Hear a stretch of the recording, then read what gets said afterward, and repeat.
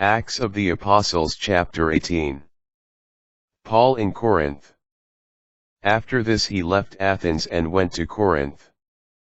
There he met a Jew named Aquila, a native of Pontus, who had recently come from Italy with his wife Priscilla. Because Claudius had ordered all the Jews to leave Rome, he went to visit them. And, because he practiced the same trade, stayed with them and worked. For they were tent makers by trade. Every Sabbath, he entered into discussions in the synagogue, attempting to convince both Jews and Greeks. When Silas and Timothy came down from Macedonia, Paul began to occupy himself totally with preaching the word, testifying to the Jews that the Messiah was Jesus. When they opposed him and reviled him, he shook out his garments and said to them, "Your blood be on your heads. I am clear of responsibility. From now on I will go to the Gentiles."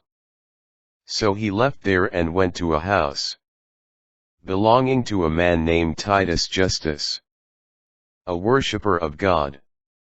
His house was next to a synagogue. Crispus, the synagogue official, came to believe in the Lord along with his entire household. And many of the Corinthians who heard believed and were baptized. One night in a vision the Lord said to Paul, "Do not be afraid. Go on speaking. And do not be silent. For I am with you. No one will attack and harm you. For I have many people in this city."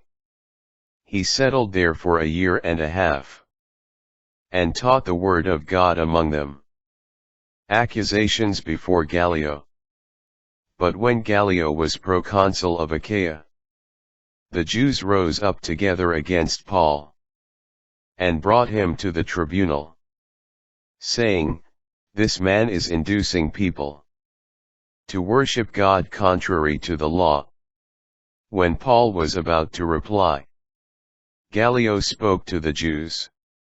"If it were a matter of some crime or malicious fraud, I should with reason hear the complaint of you Jews.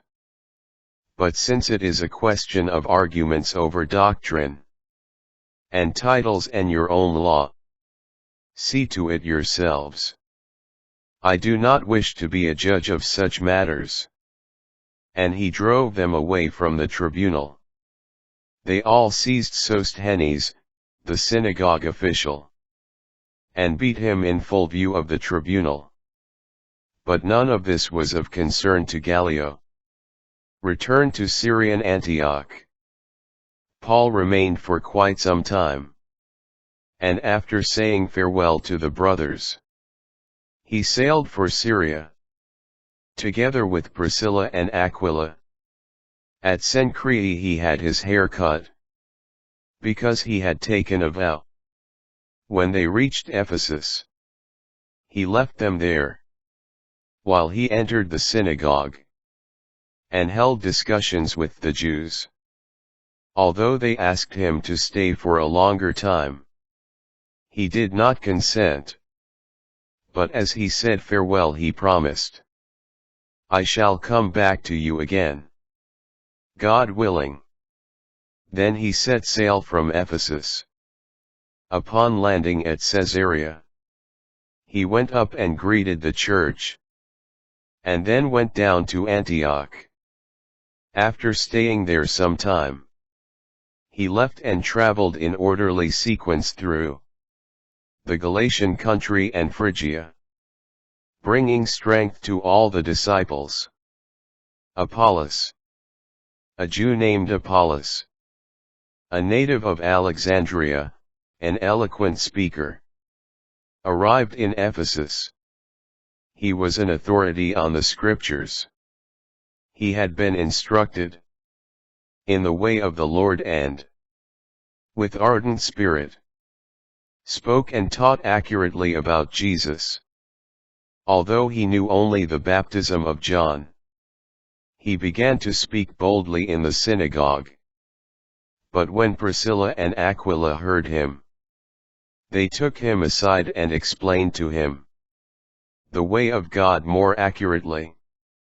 And when he wanted to cross to Achaia, the brothers encouraged him and wrote to the disciples there to welcome him. After his arrival he gave great assistance to those who had come to believe through grace. He vigorously refuted the Jews in public, establishing from the Scriptures that the Messiah is Jesus.